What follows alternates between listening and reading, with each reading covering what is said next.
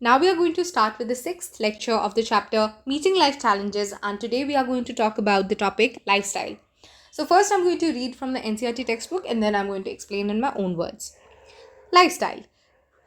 So stress can lead to unhealthy lifestyle और health damaging behaviour. हमें पता है कि एक इंडिविजुअल जो बहुत ही ज़्यादा स्ट्रेस के साथ डील कर रहा होता है वो एक अनहेल्दी लाइफस्टाइल लीड करता है।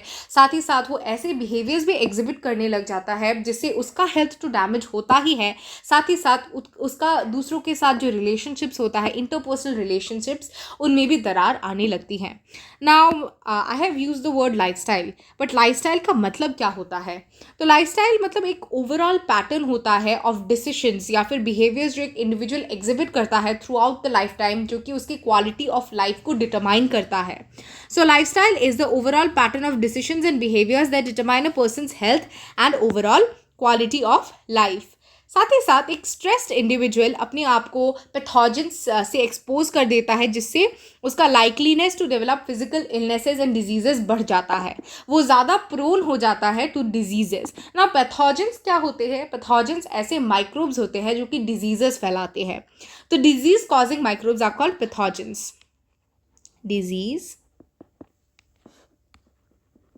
Causing microbes are known as pathogens. Now, people who are stressed have poor nutritional habits, sleep less, and are likely to engage in other health risking behaviors like smoking and alcohol abuse. तो ऐसे इंसान जो कि बहुत ज़्यादा stress में होते हैं वो बैलेंस डाइट कंज्यूम नहीं करते, वो ऐसे डाइट कंज्यूम करते हैं जो कि न्यूट्रिशनल वैल्यू जिसका बहुत ही ज़्यादा कम होता है। ऐसे लोग बहुत कम सोते भी हैं। साथ ही साथ वो सब्सटेंस अब्यूज़ भी करने लग जाते हैं। And substance abuse involves alcohol abuse. साथ ही साथ वो लोग सिगरेट्स भी स्मोक करने लग जाते हैं। नाउ इनिशियली तो उन्हें लगता है कि substance abuse, that is consuming alcohol, smoking cigarettes, these are pleasant experiences, but ये टेम्पररी प्लेजर जो होता है it leads to devastating long term consequences. Now ये तो हेल्थ को डैमेज करता ही है, साथ ही साथ रिलेशनशिप्स में भी दरार बन जाती हैं। तो such health impairing behaviours develop gradually and are accompanied by pleasant experiences temporarily. तो टेम्परेरी प्लेजर के लिए लोग अपना हेल्थ को डैमेज कर देते हैं। However, we tend to ignore their long-term damaging effects and underestimate the risk they pose to our lives. Studies reveal that health promoting behavior like balanced diet, regular exercise, family support, etc. play an important role in good health. तो अगर हमें एक good health, good constitution चाहिए तो फिर हमें health promoting behaviours में engage करना चाहिए। और हेल्थ प्रमोटिंग बिहेवियर्स क्या क्या हो सकते हैं? That is consuming a balance diet, nutritional diet, ऐसा डाइट जहाँ पर न्यूट्रिशनल वैल्यू बहुत ज़्यादा हो। साथ ही साथ हमें रेगुलरली एक्सरसाइज करना चाहिए, अपने बॉडी को फिजिकली मूव करना चाहिए। साथ ही साथ हमें स्ट्रॉन्ग सोशल नेटवर्क्स भी बनाने चाहिए। एंड सोशल नेटवर्क्स हमें ऐसे बनाने चाहिए जहाँ पर ऐसे लोग हो जो कि हमें हमारे लिए एम्पैथी रखे, साथ ही साथ हमें सपोर्ट करें in all the phases of life, जिससे हम अपने प्रॉब्लम्स को शेयर कर सके, साथ ही साथ हम एडवाइस ले सके। तो ऐसा सोशल नेटवर्क बनाना भी बहुत ज़्यादा ज़रूरी है। So familial support is also very much important for good health and well-being. Adhering to a lifestyle that includes balanced low-fat diet, तो डाइट हमेशा लो फैट होना चाहिए, रेगुलर एक्सरसाइज करनी चाहिए और continued activity along with positive thinking enhances health and longevity. तो ये सब बिहेवियर्स जैसे कि बैलेंस डाइट कंज्यूम करना, रेगुलर एक्सरसाइज करना, फैमिली सपोर्ट, ये सब तो गुड हेल्थ के लिए ज़रूरी होता ही है। साथ ही साथ एक पॉजिटिव माइंडसेट रखना भी बहुत ज़्यादा ज़रूरी होता है। The optimistic people, that is the people who have positive thinking, they are said to have a good health, both physical and mental health, as compared to people who are pessimistic and the people who think negatively. साथ ही साथ जो modern lifestyle है आज के ज़माने में, there is excess in eating, drinking, and the so-called fast-paced good life has led to violation of basic principles of health in some of us. इसीलिए we should be mindful of what we eat, think, or do with our lives, and we should not lose ourselves to the fast-paced good life that most of the people lead in the modern day. Okay, so now we are going to start with the topic coping with stress. तो stress एक बहुत ही serious issue है जो कि impair करता है the lives of individuals all over the world. So we must learn how to cope with stress. तो यहाँ पर जो कोपिंग मैकेनिज्म्स है या फिर we can say the strategies है वो दो टाइप के होते हैं, पहला तो तीन टाइप के होते हैं सॉरी। पहला तो होता है task oriented strategy, then we have emotion oriented strategy and then we have avoidance oriented strategy. Now एक एक करके समझेंगे। In recent years, the conviction has grown that it is how we cope with stress and not the stress one experiences that influences our psychological well-being, social functioning and health. तो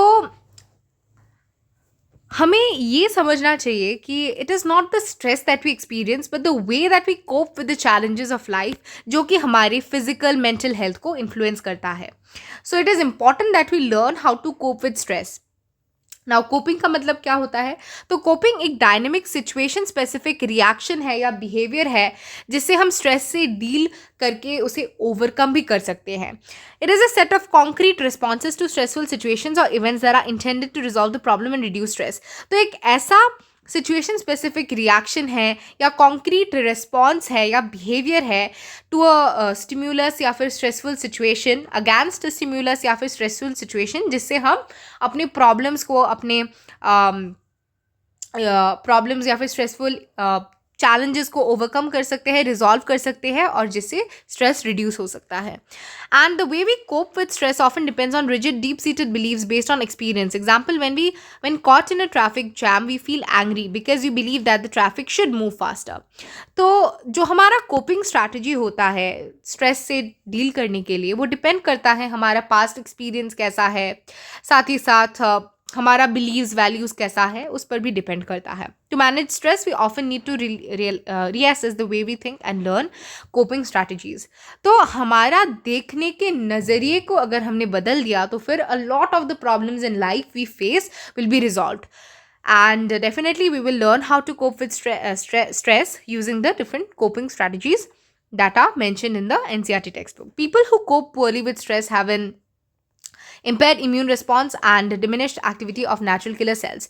तो ऐसे लोग जो कि स्ट्रेस से कोप नहीं कर पाते उनका इम्यून सिस्टम वीक हो जाता है क्योंकि उनके नेचुरल किलर सेल्स के मतलब वाइट ब्लड सेल्स के साइटोटॉक्सिसिटी में डिक्रीज दिखाई देता है जिससे इम्यून सिस्टम वीक हो जाता है and the person becomes prone to diseases.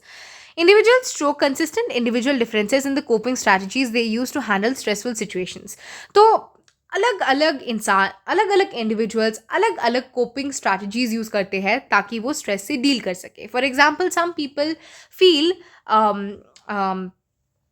कि by talking to someone else, talking to a trusted elder or someone they know, they can relieve their stress. Some people feel that they can relieve their stress by drawing or by singing or by playing a musical instrument। तो coping strategies जो होता है वो अलग अलग होता है अलग अलग इंडिविजुअल्स में एंड ये डिपेंड करता है कि वो उस इंसान का पर्सनैलिटी, टेम्परामेंट, पास्ट एक्सपीरियंसेस कैसा है और इसी पर कोपिंग स्ट्रैटेजीज भी डिपेंड करता है। नाउ ये जो कोपिंग स्ट्रैटेजीज होते हैं ये बहुत ओवर्ट एंड कोवर्ट एक्टिविटीज़ हो सकते हैं। Now the three coping strategies given by Endler and Parker are task oriented strategy, first one, second is emotion oriented strategy and the third is avoidance oriented strategy। now ये जो नाम यहाँ पर दिया है Endler and Parker, this name is very important। तो Endler and Parker ने जो coping strategies दिया है to cope with stress वो तीन टाइप के हैं। पहला तो task oriented strategy है, second it's emotion oriented strategy and the third is the avoidance oriented strategy। Task oriented strategy, this involves obtaining information about the stressful situation and about alternative courses of action and their probable outcome। It also involves deciding priorities and acting so as to deal directly with the stressful situation। तो task oriented strategy का मतलब क्या होता है? oriented मतलब focused। तो एक task oriented strategy एक ऐसा टाइप ऑफ कोपिंग स्ट्रैटेजी है टू डील विद स्ट्रेस जहाँ पर हम टास्क पे फोकस करते हैं। इस स्ट्रैटेजी से हम क्या करते हैं? टास्क पे फोकस करते हैं। हम इंफॉर्मेशन गैदर करते हैं कि ये जो स्टिम्यूलस है, स्ट्रेसफुल सिचुएशन है, उसके बारे में हम इंफॉर्मेशन गैदर करते हैं। साथ ही साथ हम डिफरेंट कोर्सेज ऑफ एक्शन को एक्सप्लोर करते हैं कि हम क्या कर सकते हैं, क्या क्या एक्शंस हम ले सकते हैं, डिसीजंस ले सकते हैं ताकि हम इस स्ट्रेसफुल इवेंट को या स्ट्रेसफुल सिचुएशन को ओवरकम कर सके। तो ये हम एक्सप्लोर करते हैं। साथ ही साथ हम हर एक डिसीजन या एक्शन के आउटकम्स को भी, कंसिक्वेंसेस को भी एसेस कर लेते हैं before deciding what to do. साथ ही साथ हम प्रायोरिटाइज करते हैं हमारे टास्क को ताकि हम स्ट्रेस को रिड्यूस कर सके। साथ ही साथ हम सिर्फ सोचते नहीं हैं, हम एक्शन भी लेते हैं ताकि हम डायरेक्टली स्ट्रेस के साथ डील कर सके एंड स्ट्रेसफुल सिचुएशन में स्ट्रेस को रिड्यूस कर सके. For example, schedule my time better और think about how I have solve similar problems. तो this is an example of task oriented strategy. तो केस बेस्ड क्वेश्चन में ये एग्जाम्पल्स बहुत ज़्यादा इंपॉर्टेंट हो जाते हैं. तो एग्जाम में इन द बोर्ड एग्जाम से माइट आस्क कि what type of coping strategy is exhibited in the given situation. और ये situation NCERT टेक्स्ट बुक वाला भी दे सकते हैं या फिर similar situations भी दे सकते हैं. तो it is very important that you study each and every example given in the NCERT text book. And as I always say, NCERT का हर एक लाइन important है. तो it is better you learn from the NCERT textbook itself so that you are familiar with each and every sentence, क्योंकि question कहीं से भी उठ के आ सकता है. So it is not sufficient if you only just study the notes. So it is important that you study the NCERT book line by line. Now we will study the emotion-oriented strategy. This can involve efforts to maintain hope and to control one's emotions. तो हमने पहले ही पढ़ा था कि जब एक इंसान stressful life event को एक्सपीरियंस करता है तब वो feelings of hopelessness and helplessness experience करता है. But when we feel hopeless and helpless, we are unable to think clearly. तो इससे हम stressful life situation को overcome नहीं कर पाते and इससे हमारा mental health and physical health दोनों ही deteriorate होता है. तो एंडलर एंड पार्कर ने जो इमोशन ओरिएंटेड स्ट्रैटेजी दिया है, यहाँ पर हम अपने इमोशंस को रेगुलेट करते हैं एंड हम अपने होप को बनाए रखते हैं कि नहीं, हम लोग ओवरकम करेंगे. साथ ही साथ हम अपने इमोशंस को भी कंट्रोल करते हैं एंड इससे हम इस स्ट्रैटेजी से हम क्या करते हैं, involve venting feelings of anger and frustration. मतलब दूसरों को अपने प्रॉब्लम्स के बारे में बोलते हैं और इसी से हमारा स्ट्रेस काफ़ी हद तक कम भी होता है. और deciding that nothing can be done to change things, है ना. ऐसी चीज़ें जो कि हम कंट्रोल नहीं कर पाते उन्हें हम कंट्रोल करने की कोशिश भी नहीं करनी चाहिए. So this is an example of emotion oriented strategy. For example, tell myself that it is not really happening to me और worry about what I am going to do. तो ये जो एग्जाम्पल है ये emotion oriented strategy का है. यहाँ पर हम इमोशंस को रेगुलेट कर रहे हैं. Again I am telling you that the examples are very important. Case based question में आ सकता है.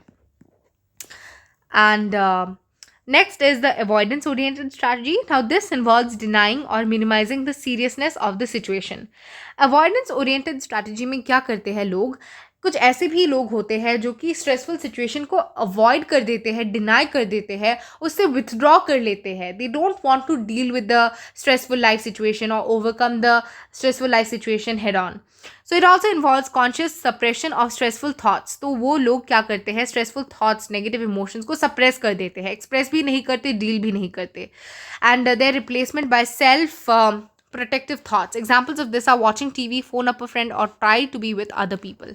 For example, let me take the example of a person whose family member has died. तो वो इंसान शायद avoidance oriented strategy को adopt कर ले. वो इंसान, that person might not accept the death of the family member, avoid कर रहा है उस stressful life event को as a whole, and वो खुद को distract करने के लिए the person is phoning up a friend or watching TV. So this is the avoidance oriented strategy. Again I'm telling you कि example is very important case based question के लिए. Now next हम पढ़ेंगे Lazarus and Folkman का जो coping strategies है उसके बारे में.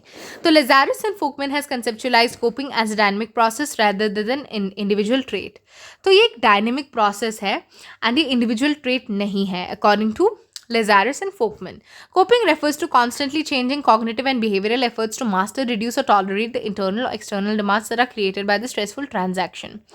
तो Lazarus and Folkman ने डिफाइन किया है कोपिंग को एज अ डायनेमिक प्रोसेस जो कि एक इंडिविजुअल ट्रेट नहीं है बट एक ऐसा प्रोसेस है, एक डायनेमिक प्रोसेस है जो कि कॉन्स्टेंटली चेंज होता रहता है. और इससे हम क्या करते हैं, रिड्यूस करते हैं स्ट्रेस को, जो कि एक्सटर्नल भी हो सकता है, इंटरनल भी हो सकता है, टॉलरेट करते हैं स्ट्रेस को एंड ओवरकम भी करते हैं स्ट्रेसफुल इवेंट को. Now coping serves to allow the individual to manage और to alter a problem and regulate the emotional response to that problem, जो कि हमने पहले भी पढ़ा था. Now according to Lazarus and Folkman, coping responses can be divided into two types of responses, problem focused and emotion focused. तो बहुत ही ज़्यादा इम्पॉर्टेंट है कि जो एंडलर एंड पार्कर ने दिया था कोपिंग मैकेनिज्म्स, वो 3 थे: task oriented strategy, emotion oriented strategy and avoidance oriented strategy. But Lazarus and Folkman ने जो कंसेप्चुलाइज किया था कोपिंग मैकेनिज्म्स को, वो था problem focused and emotion focused. Avoidance focused के बारे में उन्होंने बात ही नहीं की. So very important. So I am just going to mark the names because these are very important and the probability of getting a question from this is also very high. So yes, this is very important, बहुत ही ज़्यादा important है. साथ ही साथ ये भी बहुत ज़्यादा important है, बहुत ही ज़्यादा important है. ठीक है, तो लेजारिस एंड फोकमैन ने प्रॉब्लम फोकस स्ट्रैटेजी की बात की और इमोशन फोकस स्ट्रैटेजी की बात की. तो प्रॉब्लम फोकस स्ट्रैटेजीज तो प्रॉब्लम पे ही फोकस करते हैं और बिहेवियर्स जो एग्जिबिट होते हैं प्रॉब्लम फोकस स्ट्रैटेजी में, वो ऐसे डिज़ाइंड होते हैं जो कि गेन करते हैं information to alter the event and to alter belief and commitments. तो यहाँ पर प्रॉब्लम फोकस स्ट्रैटेजी में लेजारिस एंड फोकमैन ने ये कहा है कि प्रॉब्लम फोकस स्ट्रैटेजी में इंडिविजुअल प्रॉब्लम के बारे में इंफॉर्मेशन गैदर करता है और ऐसे बिहेवियर्स एग्जिबिट करता है जिससे वो प्रॉब्लम के बारे में ज़्यादा इंफॉर्मेशन गेन कर पाए, ताकि वो उस इवेंट को ऑल्टर कर पाए, चेंज कर पाए, या फिर अपने बिलीव्स को चेंज कर पाए एंड कमिटमेंट्स एंड डिसीजंस को भी चेंज कर पाए. They increase the persons awareness and level of knowledge and range of behavioural and cognitive coping options. तो इससे इंसान की नॉलेज में भी चेंज होता है, लेवल ऑफ नॉलेज में भी चेंज होता है, साथ ही साथ person becomes more aware and इससे behavioural and cognitive coping options भी चेंज होते हैं. They can act to reduce the threat value of the event. For example, I made a plan of action and followed it, है ना. और emotion focus strategies can call for psychological changes designed to primarily limit the degree of emotional disruption caused by an event with minimal effort to alter the event itself. For example, I did some things to let it out of my system. For example, talking to people. While both problem-focused and emotion-focused coping are necessary when facing stressful situations, research suggests that people generally tend to use the former. मतलब problem-focused लोग ज़्यादा use करते हैं than the emotion-focused strategy. So I'm just going to quickly summarize कि लेजारिस and Folkman ने 2 coping mechanisms या strategies दिए थे अगेंस्ट स्ट्रेस. तो पहला था प्रॉब्लम फोकस स्ट्रैटेजी एंड दूसरा था इमोशन फोकस स्ट्रैटेजी. तो प्रॉब्लम फोकस स्ट्रैटेजी में इंडिविजुअल प्रॉब्लम पे फोकस करता है और वो ऐसे बिहेवियर्स एग्जिबिट करता है जिससे वो प्रॉब्लम के बारे में, इवेंट के बारे में, स्ट्रेसफुल स्टिम्यूलस के बारे में इंफॉर्मेशन गैदर करता है और इस इंफॉर्मेशन से वो अपने बिलीव्स को, एक्शन प्लान को, कमिटमेंट्स को चेंज कर देता है और इससे पर्सन का अवेयरनेस भी बढ़ जाता है, नॉलेज भी बढ़ जाता है एंड इसका cognitive and behavioural coping options भी बढ़ जाता है. साथ ही साथ कुछ ऐसे भी कोपिंग स्ट्रैटेजीज है जो कि इमोशंस पर फोकस्ड होते हैं, जो कि इमोशंस को रेगुलेट करते हैं, साइकोलॉजिकल चेंजेस पर फोकस करते हैं ताकि इमोशनल डिसरप्शन, इमोशनल इम्बैलेंस को कंट्रोल किया जा सके एंड बॉडी के होम्योस्टासिस को ज़्यादा डिस्टर्ब ना हो.